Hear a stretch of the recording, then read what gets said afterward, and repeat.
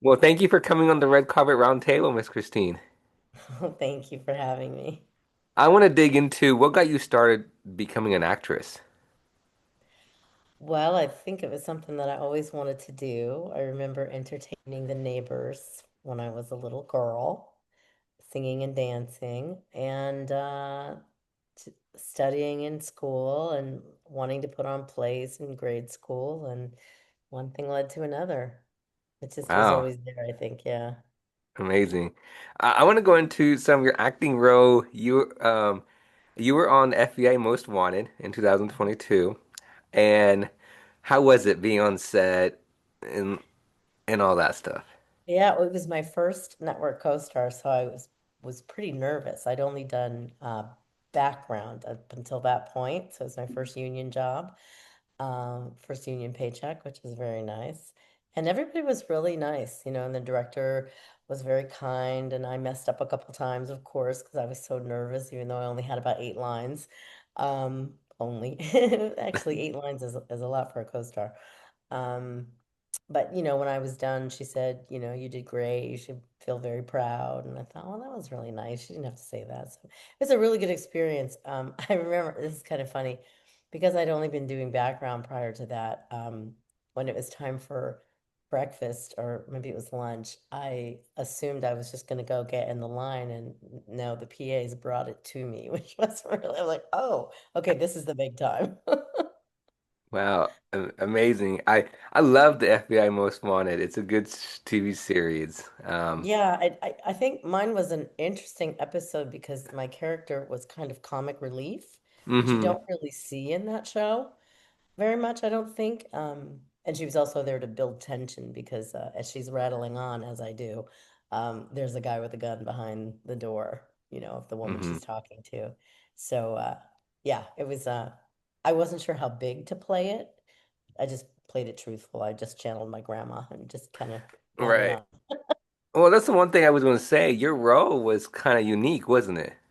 I feel like it was. I feel like you don't see like a comic relief that also adds tension very often.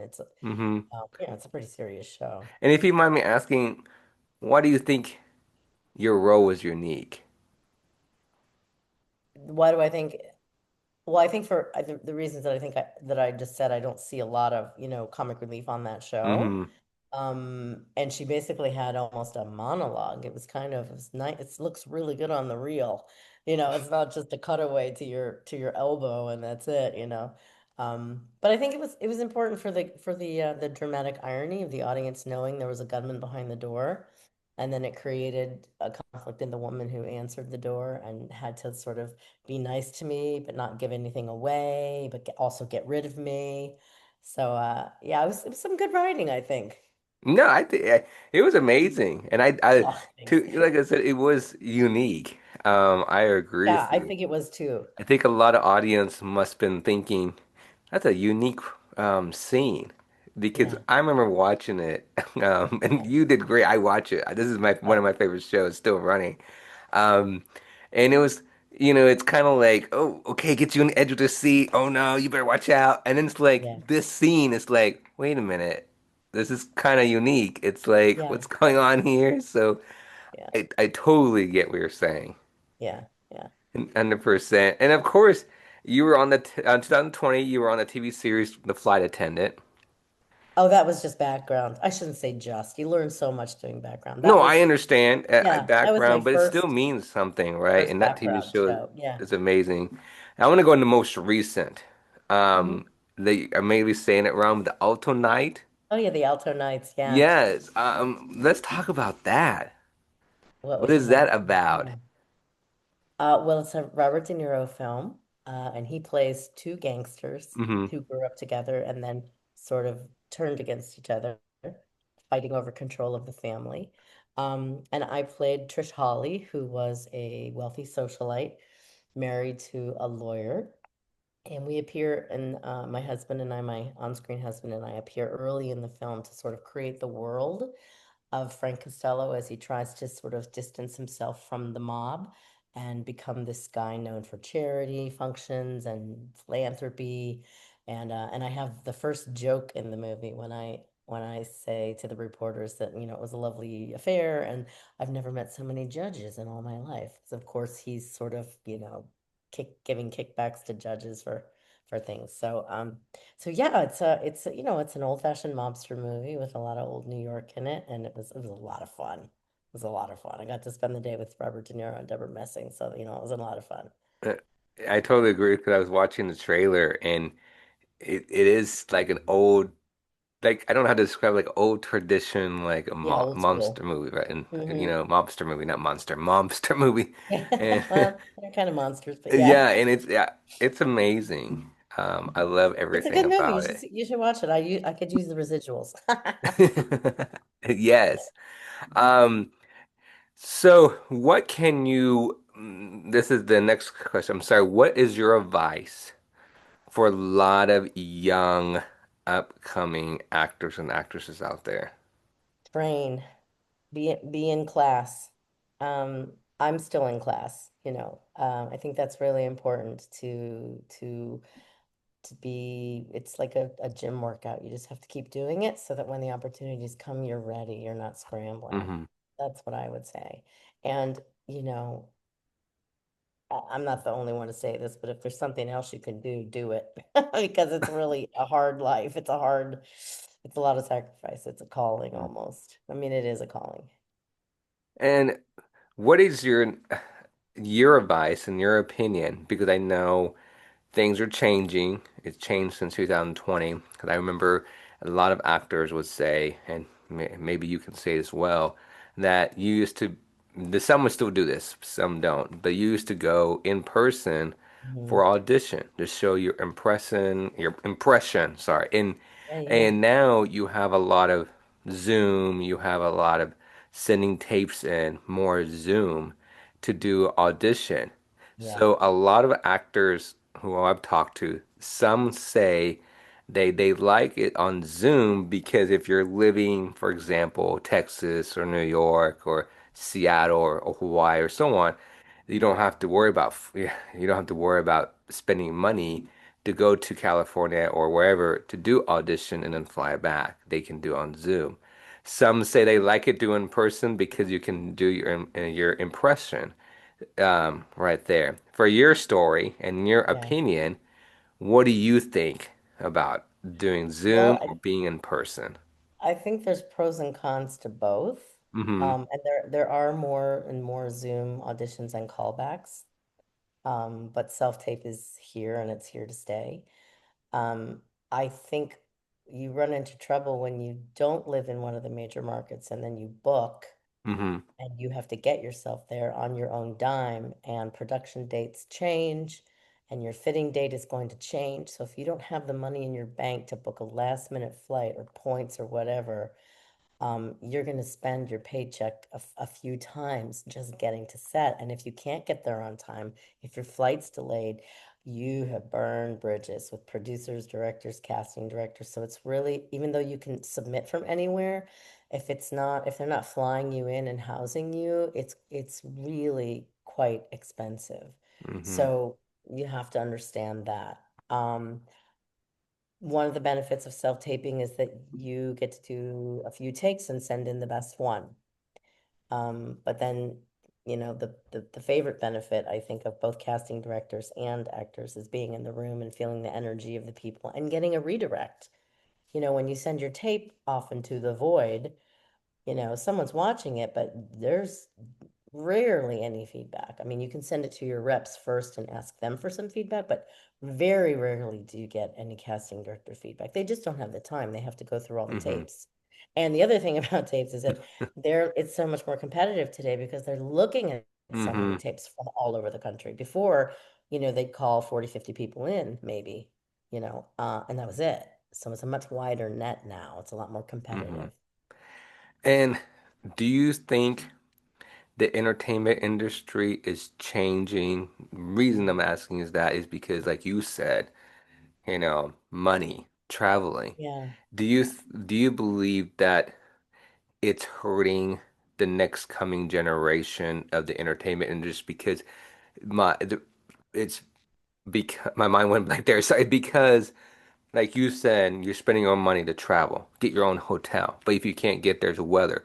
So do you believe that the entertainment industry directors and producers should I don't want to put you on a spot, but I'm putting everybody. Do you believe they should help out, or do you think they should just change and go only do Zoom to help Well, people? it's not in their budgets. I mean, if you're really serious about this career, I think you still have to live near a major market. You Mm-hmm. know, production is not going to fly somebody from, Iowa to the East Coast when they can find somebody who lives there. It's just not fiscally, it doesn't make sense financially, right? So, and yeah, the industry is changing, but I think it's kind of a microcosm. Everything is downsizing, and everything's getting smaller, and everybody's tightening their belts, and everyone's expected to do more for less or the same. So it is changing a lot. LA is in trouble, although they just got a big tax credit, so maybe that'll help them bounce back a little bit after the fires and the strikes and COVID. Mm-hmm. But the Mm-hmm. industry is definitely in flux. There are half of the number of shows, I think, filming in LA. New York is, production's down. I don't have the numbers off the top of my head, but it's at least 20% down, if not more. So, I mean, you can look all Wow. that stuff up, but it's in flux, and there are verticals, and there's non-union work, and there's production shooting overseas because it's actually cheaper. And California has crazy permitting laws and the time it takes to get a permit. Mm-hmm. And sometimes it's cheaper to fly a crew to Ireland than to shoot in the streets of New York. So it's definitely readjusting. Mm-hmm. Um, and that's just the honest truth. It's just where we are. Right. And Yeah. thank you for sharing your thoughts and and let the audience know. And one thing I would say is that to let everybody get prepared for the young actors out there from the next generation, and that's a good point, like you said, save money, be serious, and Yeah. and you're right, get a side job. Oh It's yeah, you tough. have to, yeah.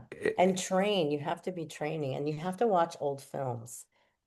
You can't yes. just have a diet of, social media. You have to know the classics. I think it And the really good matters. one thing I noticed I like to watch too sometimes if you can go on YouTube and watch like acting classes that real actors do. They put Yeah. it on YouTube, like real Yeah. actors put it out there and they're like Yeah, you're those like, are "Oh, great. wow, they're so good."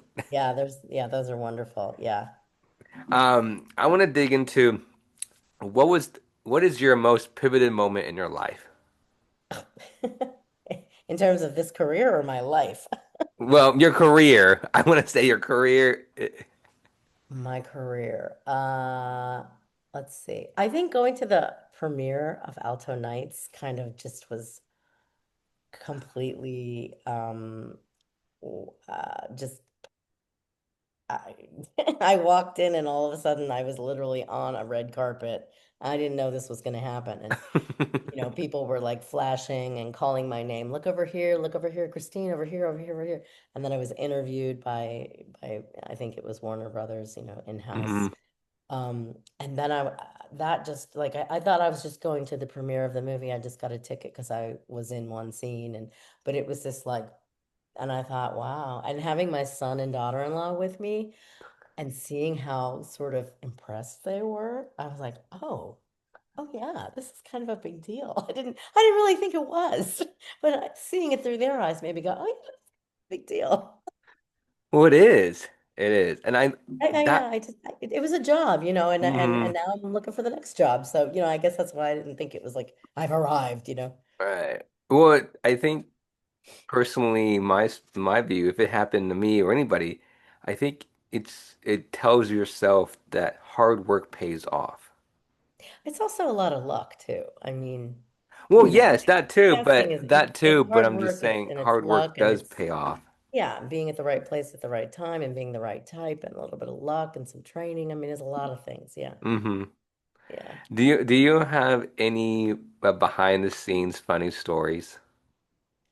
Yes. On the set of the Alto Nights, we had a lot of downtime. We sat in the 1957 Copacabana for about 12, 13 hours. And it was a nightclub scene. And there was a band there. And some of the actors playing the musicians, I think, were actually real musicians. And so whenever there was like a lot of downtime, the guy on the horn would start playing the theme from The Godfather. I thought that was really funny because we were in this mafia movie and he was just playing, and everybody started laughing, all the extras and all the cast. That was pretty funny. Well, that is very funny. Yeah, it was funny. Did you guys sing? No, I don't know the words to the theme from The Godfather. Do you? Does it have words? I don't know. Well, and that'd be kind of more embarrassing if they start singing. Yeah, I don't know. Yeah. Yeah, I'd be like, what's going on? Um, Yeah. Out of all the roles you played, which one was the most challenging role and also deeply affected you, and why? Oh my gosh, what a question. Da, da, da, da, da. What comes to mind? What comes to mind? Oh my gosh, so many. Well, I've done more theater than I've done on camera, so it's probably going to be a play.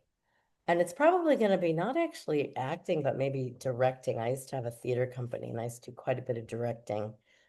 Um, and I directed Tom Stoppard's Arcadia, which is a really dense, but wonderful, wonderful play. And one of the themes is sort of looking back at history and trying to piece together what really happened. And I just love that about that play. Um, I'm very into genealogy, so like, I'm always looking back and trying to put pieces together. And that theme in that play just really, really touched me. Yeah. And I didn't know you worked in theater. And Oh uh, yeah. what's the difference that you want to say to the audience, the theater and Yeah. TV role? There's a lot of differences. The acting is you still have to be as believable and as truthful, but you just have to adjust your size for camera or the back of a theater, you Mm-hmm. know. Mm-hmm. Um, you're going to rehearse for weeks in a theater and probably not make very much money. You can be on set one day and make more than you would make rehearsing a show for 4 weeks and running it for 4 weeks. So I don't think there's any greater training than the stage. You really, you just learn about language and about how playwrights think, and how that helps you even with television scripts, because a lot of good television is written by people who've written for stage too, and a lot of casting directors like people with theater backgrounds. Um, so I think the stage is a really good place to start. And the great thing about that is every community, no matter where you are, whatever market, there's going to be a small professional theater, or even a community theater. So Mm-hmm. there's no excuse not to get started. They're the same, but they're different. Theater is the parent art to film. People were doing plays before the movies came along. Um, and it's more well, film is the director's medium, the editor's medium, really, because they're the ones Mm-hmm. cutting it and creating the rhythm and the impact. But the theater is really, I think, the writer's medium. It's about the text. It's about the story. Um, so I like doing both. I like doing both. Wow. And I know a lot of actors say they like doing both, but a lot of them say they like being on TV and on scene because if you mess up a line, you're okay. They can say cut and then redo. But if you're on Yeah, you theater, can't do that on stage. you Yeah. mess up, you have to continue because the audience Yeah, but wouldn't. what an amazing training, that then you can use on set, because there are things to do on set like you never stop, you never cut. Hmm. The director will cut. But if you can take a pause and get back on track, wow, I mean, you're an actor who, people are going to want to work with, because you're not wasting people's time and you're letting the camera still roll. And that's a great flexible skill to have, is to be able to get yourself out of a spot of trouble. Wow, that's a good point. Yeah. I Thank didn't. you. That's a really good point. If you could have any lead role, Oh my gosh. if you, in the film industry in history, what would it be and Oh. why?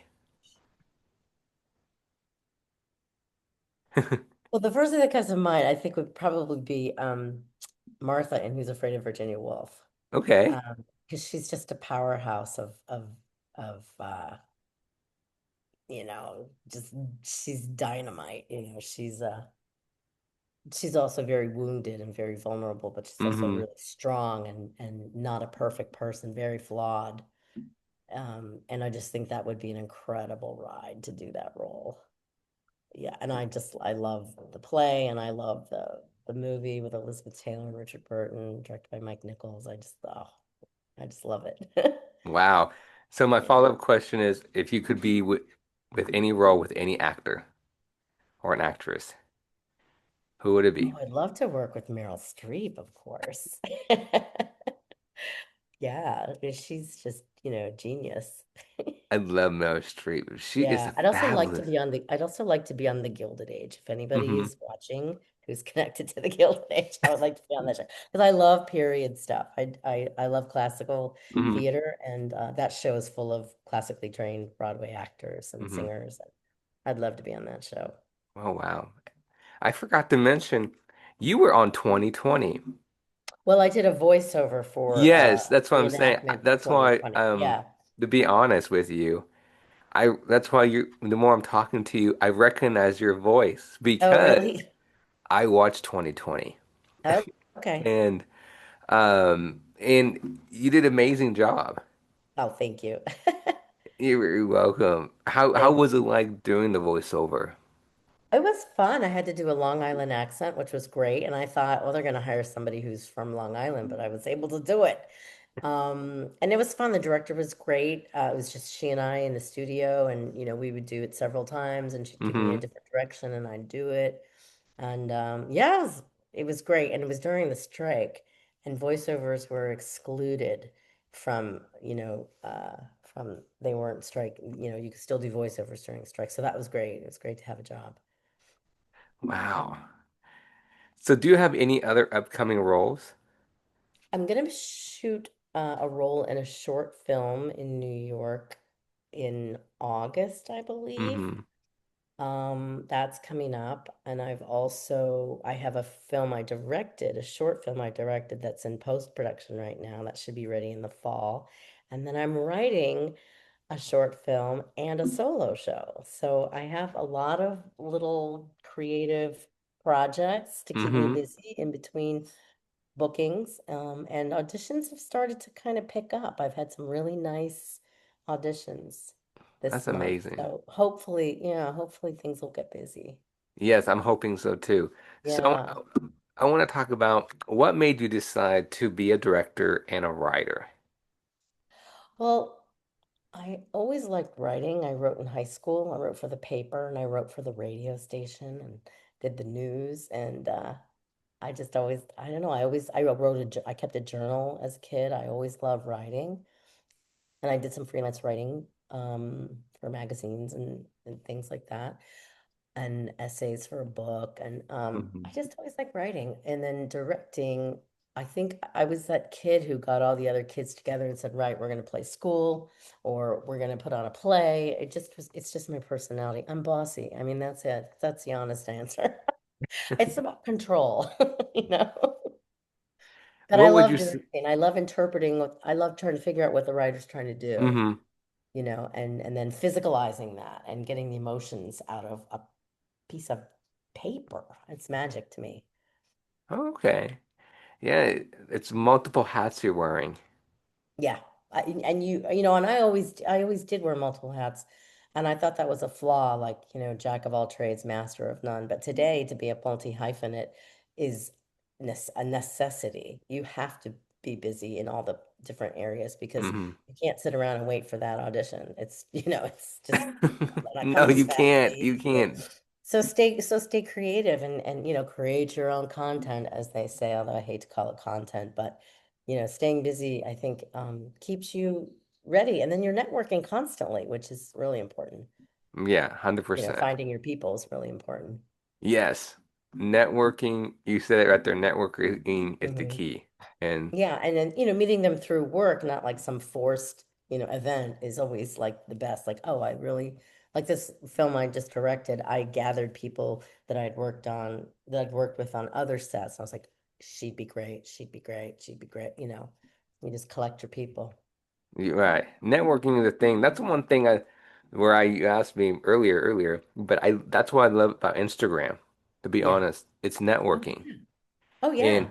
And you can you follow know, casting directors and interact with them. I mean, it's right. amazing. And that's one thing I love about social media, about networking through Instagram is the entertainment industry is big and we are family and Hmm.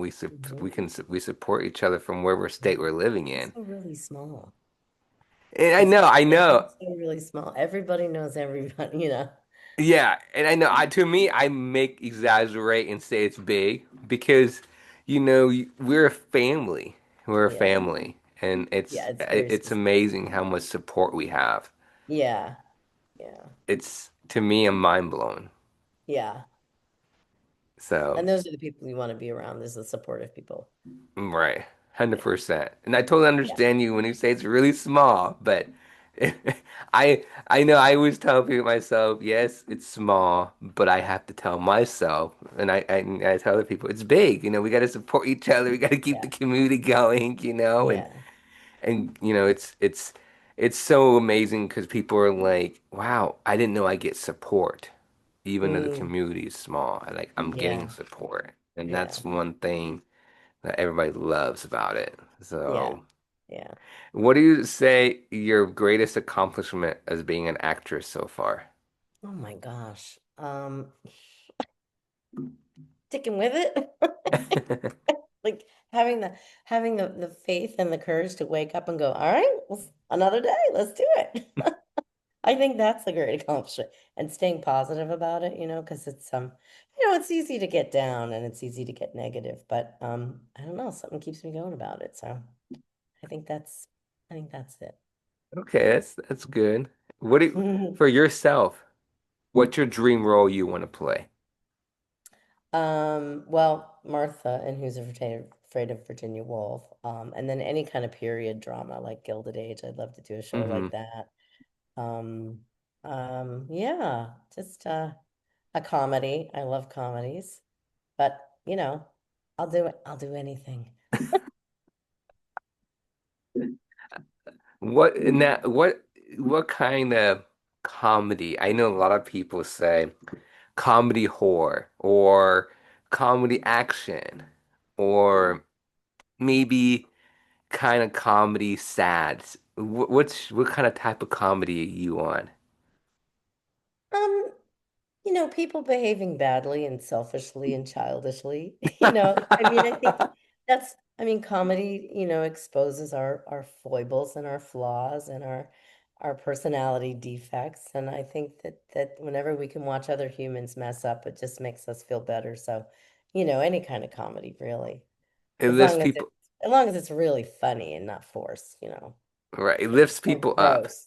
I don't like gross comedy. Right. It lifts people up. I want to dig into what's your why? My why. I think we need storytellers, and I think it's the thing I'm good at.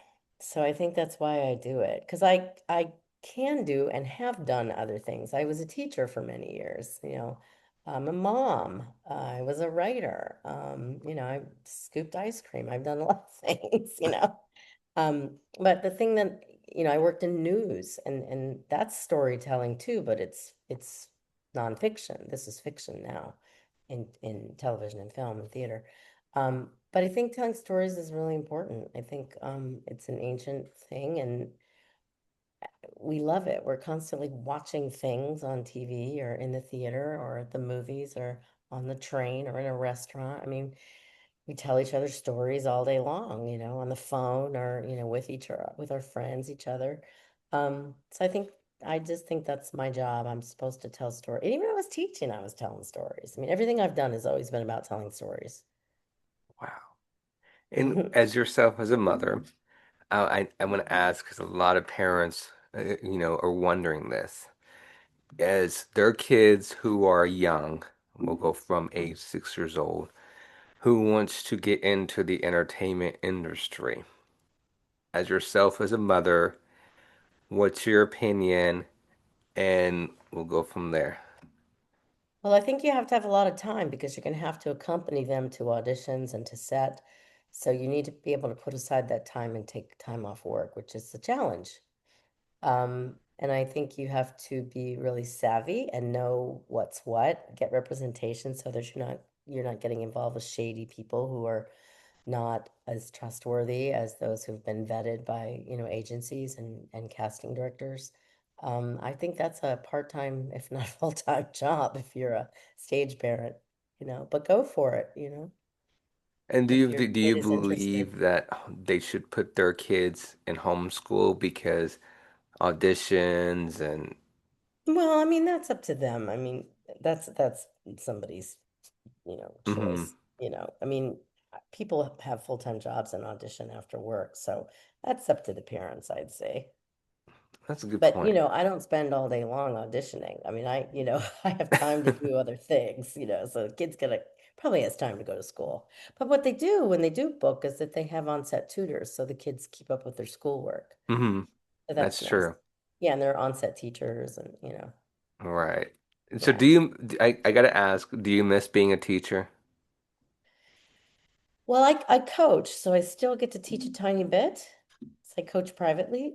Hmm So I like that. I do miss it. I don't miss the full-time, you know, 40 weeks a year faculty meetings. I don't miss any of that, but yeah, I do. I always felt really happy when I was passing things on to younger people, like you have to know these plays, you have to know these movies, and and directing young people, hmm and yeah, teaching playwriting and all the Shakespeare. I love teaching Shakespeare, and getting kids excited about it because it can be pretty daunting. So I do miss it, but I'll never go back to it full time. Maybe part time, but not full time. I did it for a very long time. I just had to ask. I just had to ask. Yeah. Um, what is your short term and your long term goal? Short term would be I would love to book a guest star. I've only done co-stars, and I think I would love to do a guest star. Hmm And then long term, and well, maybe I should dream bigger. How about this? Short term is a series regular, so a character that keeps showing up on the same show. And I just had an audition for one, so fingers crossed. Let's say that would be short term, and then long term. Long term, just to be able to, make a living doing this full time. I think that's the long term. That's the stretch. That's the long game, you know. That's true. And Yeah. the one thing is about being in the entertainment industry is passion, courage, you know, don't give up. Yeah. Yeah. Yeah. Because a Um, lot of people do, which is good for those of us who stay in it, but a lot of people do, and they have to, for other reasons. right. And Yeah. like you, I don't know if you agree, but you have to have a thick skin. Oh, for sure. There are so many variables when it comes to casting. You could be too tall, or you could look too much like the person you're going to be opposite, or not enough like them, or there's there's so many variables, and you'll never know why someone else got it. And there's only one person for each job. One person. Hmm It's yeah, Yeah. there's a lot of no's before you get yes. You just said it right there. There's a lot Yeah, of no's before you get a yes. yeah, And I know you have experienced as well. So, yeah. Oh, yeah, more no's than yes. and But I the yes think is pretty nice. yeah, I think a lot of people they think a lot of young actors who get in the entertainment industry, they think, okay, I'm gonna get get a big Yeah, reward. I'm gonna get a lot of yeah, yeses, but they don't realize until they hear stories from you or other actors that, yeah, oh, they're getting a lot of no's. yeah. I'm not the only one. Well, and a lot of them, I think, want to be famous, which is different from wanting to be a working actor. Those are Hmm two different goals. That's So I think true. there's, yeah, There's two different. yeah. I believe that, keep working hard. You find the right people, Mhm. eventually you'll get those bigger roles. You got to stick with it. You absolutely have to stick with it. You'll hear so many people saying that. So many working actors will say, don't give up, don't give up, don't give up. Because Yeah, don't. you're one job away from the role, Right. 100%. I totally agree with you. Is there any movies that you've seen that you can recommend to the audience? What have I seen recently? Well, the Alto Nights, of course. What have I seen? Um, I'm streaming some stuff, some, series. I can't think, well, gosh, I haven't been to the movie. When's the last time I went to the movies? It's been a minute since I went to the movies. And I love going to the movies. Um, I can't think what I've seen recently. Gosh, I'm just drawing a blank. But uh I watched Ripley. I thought that was brilliant Hmm. on Netflix. I watched Adolescence. I thought that was brilliant. Um, I'm watching The Gilded Age, of course.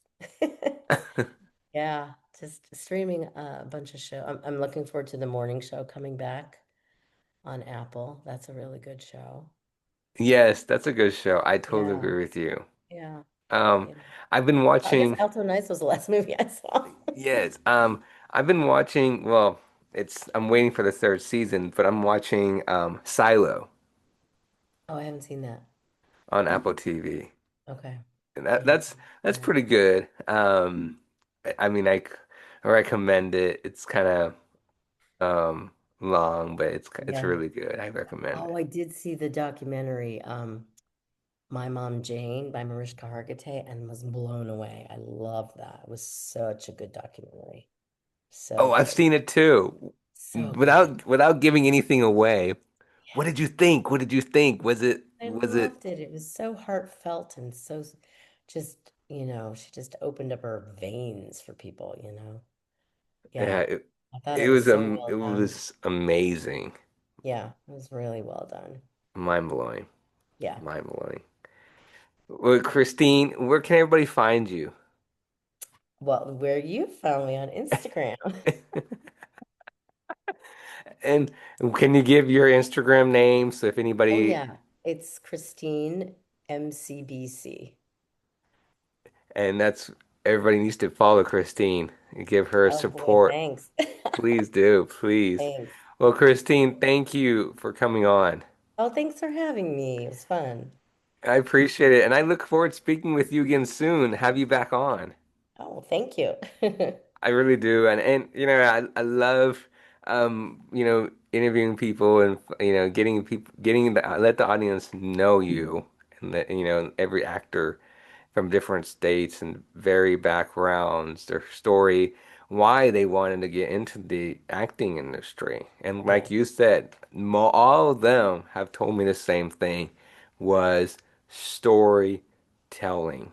Hmm. That's the key. They want to impact their community. They want to impact their loved ones. They want to show, they want to make people laugh and cry. But they all And think. said, once told me was healing, Yeah. healing and storytelling. Yeah. Because I had It's an this one ancient art director and yeah. told me that I think he or she it wants to making films for healing, for mental Yeah. health, for Yeah. healing. Hmm. That right there is made me had my hair stick up because we Yeah. need to talk about mental health. And Well, yeah, the ancient Greeks, who invented what's the closest thing to our form of entertainment today. It was a healing event. It was a communal hmm healing event, it was medicine. So that's why I think we need storytellers. yeah, 100%. 100%. Mhm. Well, thank you for coming You're on. welcome. Thank It's been an you. honor. I will look forward to speaking with you soon. Thank you. Thank you. I'll talk to you later. Okay, Bye bye-bye. bye.